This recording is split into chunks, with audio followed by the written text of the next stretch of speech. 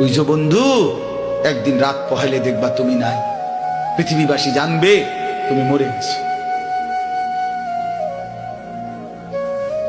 পৃথিবীর তখন আলো ফুটবে, চাঁদও উঠবে, সিএনজিও চলবে, অটোও চলবে, দোকানপাট সবই চলবে।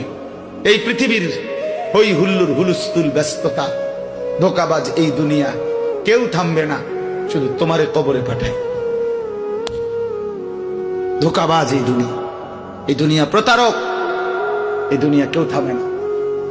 সামনের সিএনজি অ্যাক্সিডেন্ট করলেও পিছনের সিএনজি থামে না, ছাড়ি দিয়ে যায় না। সামনের গাড়ি অ্যাক্সিডেন্ট করলে পিছনের গাড়ি থামে না, ছাড়ি দিয়ে যায়। স্বার্থপর এই দুনিয়ায় কেউ থামে না। বাপরে দাফন কইরা এই সন্তান, এই বউ বাচ্চারাই আবার এসার পরে ওই দিনকেই ভাত খায়, তাই না? পেট বইরা খায়, লগের ঘরের থেকে আর আইন্দা আনছে, এরা ঠিকই পেট ভরে খায়। তো ওরা না কাঁদলো বিকালে, ওরা না দুপুরে কাঁদলো, কোন ভাত খায় খা। স্বার্থপর, কেউ থামে না দুনিয়া, আলো বাতাস সব চলে, তুমি বন্ধু থাকবে। আল্লাহকুমুত তাকাসুর হাত্তা যুরতুমুল মাকাবির। আল্লাহ বলছে, বান্দা আখিরাত ভুলে গেলা, দুনিয়ায় ডুবে গেলা, তবে মনে রেখো হাত্তা যুরতুমুল মাকাবির, এরই মাঝে কিন্তু একদিন কবরস্থানেই পৌঁছে যাবে। হ্যাঁ, ওই পৌঁছে যাইবা। তোমরা কবরস্থান দেখো নাই ভাইয়া? কাল্লা সাউফা তা'লামুন। আল্লাহ বলে, কবরে আসলেই আমি বুঝাই দেব বান্দা আমার নাফরমানির শাস্তি কেমন। সুম্মা কাল্লা সাউফা তা'লামুন। আবার নাফরমান হাসরের ময়দানে আসলে আমি আবার বুঝাই দেব আমার অবাধ্যতার শাস্তিটা কি। একবার বুঝাবো কবরে। তাফসীরের মধ্যে আছে কাল্লা সাউফা তা'লামুনা ফিল কবরি সুম্মা কাল্লা সাউফা তা'লামুনা ফিল আখিরাহ। আল্লাহ বলে, একবার কবরে বুঝাইবো আমারে ত্যাগ করা, আমার নাফরমানি, আমারে সিজদা না করার শাস্তিটা কি। কবরেই টের পাইবা।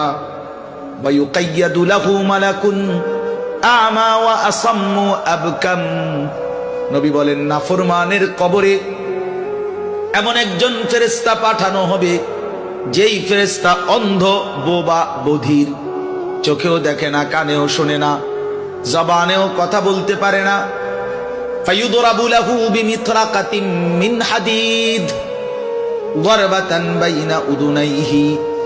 আল্লাহর নবী বলেন, ওই ফেরেশতা ওই নাফরমান পাপীকে লোহার হাতুড়ি মুগুর দিয়ে দুই কান বরাবর এমন জোরে আঘাত মারবে, ফায়াসিহু সাইহাতান ইয়াসমাউহা মান ইয়ালিহি ইল্লা তাকালাইন। নবী বলে, নাফরমান এত জোরে চিৎকার করবে, মানুষ এবং জিন ব্যতীত আল্লাহর সব সৃষ্টি শুনবে।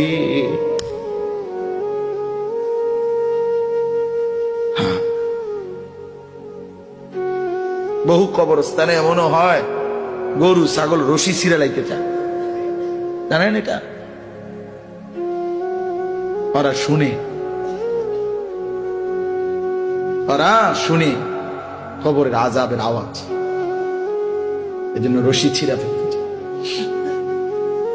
প্রিয় বন্ধু, কষ্ট পাইবা, এই অনিবার্য বাস্তবতা কবর ইমানদার হিসাবে অস্বীকার করার কোনো জো নাই, পাশ কাটাইবার কোন সুযোগ। এই দল কিংবা এই দল, আমি কিংবা তুমি, কেহই অনিবার্য এই সত্য, চিরন্তন এই বাস্তবতা, নিদারুণ এই সত্য, কবর, আখিরাত, মৃত্যু, এটাকে পাশ কাটাবার সুযোগ নাই,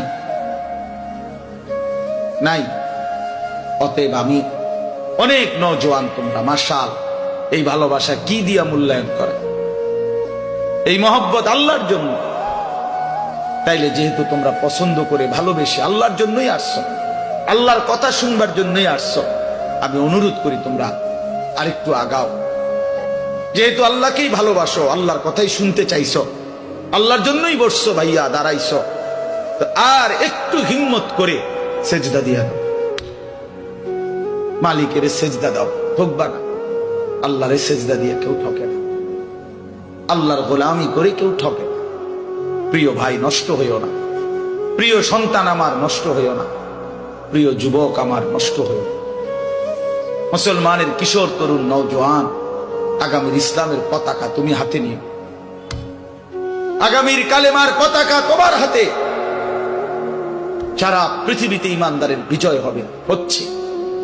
সারা পৃথিবীতে মজলুমের বিজয় হচ্ছে, জালেমের পতন হচ্ছে। কোথাও সারা পৃথিবীতেই জালেম থরথর করে কাঁপতেছে। হ্যাঁ, সারা পৃথিবীর বাস্তবতা, শুধু বাংলা